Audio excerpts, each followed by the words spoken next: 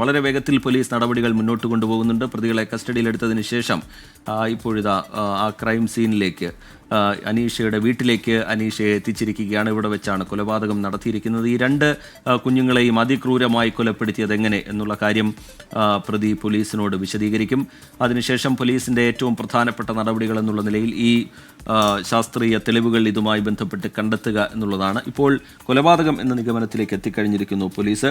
വലിയ നടുക്കം നാടിനൊന്നാകെ ഉണ്ടാക്കുന്ന അതിക്രൂരമായ കൊലപാതകമാണ് നടന്നിരിക്കുന്നത്. ജനിച്ച് മണിക്കൂറുകൾ മാത്രം പ്രായമുള്ള രണ്ട് കുഞ്ഞുങ്ങളെയാണ് കൊലപ്പെടുത്തിയിരിക്കുന്നത്. ആദ്യഘട്ടത്തിൽ ഒരു സിനിമാ കഥയെ വെല്ലുന്ന തരത്തിലാണ് ഈ ആൺസുഹൃത്ത് പോലീസ് സ്റ്റേഷനിലേക്ക് അസ്ഥികളുമായി എത്തുകയും രണ്ട് നവജാത ശിശുക്കളെ കുഴിച്ചുമൂടി എന്നുള്ള കാര്യം പോലീസിനോട് പറയുകയുമായിരുന്നു. ആദ്യഘട്ടത്തിൽ പോലീസ് കരുതിയത് ഇതിൽ രണ്ടാമത്തെ മരണം മാത്രമാണ് കൊലപാതകം എന്നുള്ളതായിരുന്നു. പക്ഷേ ഇപ്പോൾ പോലീസ് അത് രണ്ടും കൊലപാതകം തന്നെയാണ്. കൃത്യമായ ആസൂത്രണത്തോടുകൂടി നടപ്പാക്കിയ കൊലപാതകമാണ്.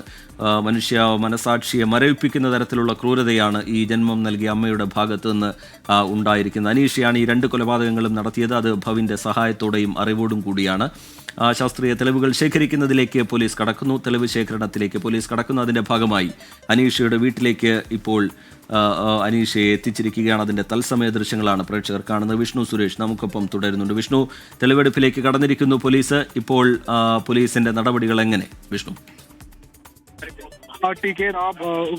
അനീഷയുമായി തെളിവെടുപ്പ് നടത്തുകയാണ്. ഈ വീടിന്റെ വീടിന്റെ പിൻവശത്താണ് ഈ ആദ്യത്തെ കുഞ്ഞിനെ കുഴിച്ചിട്ടത്. ഇപ്പോൾ ആ പ്രദേശത്തേക്ക് അനീഷയെ കൊണ്ടുപോകുന്നതാണ് ദൃശ്യങ്ങളിൽ കാണുന്നത്. വലിയ പോലീസ് സന്നാഹത്തോടെയാണ് ഇങ്ങോട്ടേക്ക് എത്തിക്കുന്നത്. ഈ വീടിന്റെ തൊട്ടുവശത്ത് ഈ ഇടതുവശത്തോട് ചേർന്ന് ഒരു വലിയ ഒരു മരമുണ്ട്. ആ മരത്തിന് കീഴിൽ കുഴിച്ചിട്ടു എന്നാണ് അനീഷ മൊഴി നൽകിയിട്ടുള്ളത്. ഇപ്പോൾ ആ പ്രദേശത്ത് എത്തിച്ചിരിക്കുകയാണ്. അവിടെ നിന്ന് കാര്യങ്ങൾ ചോദ്യമാണ്.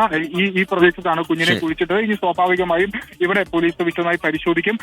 അനീഷ പറയുന്നതനുസരിച്ച് 2021 കുഞ്ഞ് ചേട്ടന്റെ മുറിയിൽ വെച്ച് കുഞ്ഞ് ജനിക്കുകയും കുഞ്ഞിന്റെ മുഖം പൊത്തിപ്പിടിച്ച് കൊലപ്പെടുത്തുകയും ചെയ്തു. അതിനുശേഷം ഇവിടെ കുഴിച്ചിട്ടു. 8 മാസത്തിന് ശേഷം ഇവിടെ നിന്ന് ആ കുഴി മാന്തി ആ അസ്ഥി എടുത്ത ഭവിന് കൈമാറി എന്നാണ് പറയുന്നത്. ഭവിന്റെ നിർദ്ദേശപ്രകാരമാണ് അസ്ഥി കൈമാറിയത്. കർമ്മങ്ങൾ ചെയ്യണമെന്നാവശ്യപ്പെട്ട തിരിച്ചു അങ്ങനെയാണ് ഇത് കൈമാറിയത്. ഒപ്പം ഈ നാട്ടുകാർ ചില ആളുകൾക്ക് താനിവിടെ കുഞ്ഞിനെ കുഴിച്ചിട്ടുണ്ടോ എന്ന സംശയങ്ങളൊക്കെ ഉണ്ടായിരുന്നു. ആ സംശയത്തിന്റെ ഭാഗമായി അവരുടെ പരിശോധന നടത്തുമോ എന്നൊരു ഭയം കൂടി അനീഷക്കുണ്ടായിരുന്നു. അതുകൊണ്ടാണ് കുഞ്ഞിന്റെ അസ്ഥി ഇവിടെ നിന്ന് എടുത്തു മാറ്റി ആ ഭവിന് നൽകിയത്. ഇപ്പോൾ ആ ആദ്യത്തെ കുഞ്ഞിനെ കുഴിച്ചിട്ട സ്ഥലത്ത് പോലീസ് പരിശോധന നടത്തുകയാണ്. ഇവിടെ നിന്ന് എന്തെങ്കിലും വസ്തുക്കൾ, പ്രത്യേകിച്ച് ഈ കുഞ്ഞിന്റെ മുടിയുടെ അംശമോ അല്ലെങ്കിൽ മറ്റു വസ്തുക്കളൊക്കെ ഫോറൻസിക് പരിശോധനയോടെ ലഭ്യമായാൽ നാടിന് നടുക്കിയ അതിക്രൂര കൊലപാതകങ്ങളിൽ പ്രതിയുമായി ഈ അനീഷയുമായി പോലീസിന്റെ തെളിവെടുപ്പ് നടക്കുകയാണ്. 8 മാസത്തിന് ശേഷമാണ് ഈ കുഴിയിൽ നിന്ന് അസ്ഥിയെടുത്ത് പിന്നീട് അനീഷ ഭവിന് നൽകിയത് എന്ന നിഗമനത്തിലേക്ക് പോലീസ് എത്തുന്നുണ്ട്.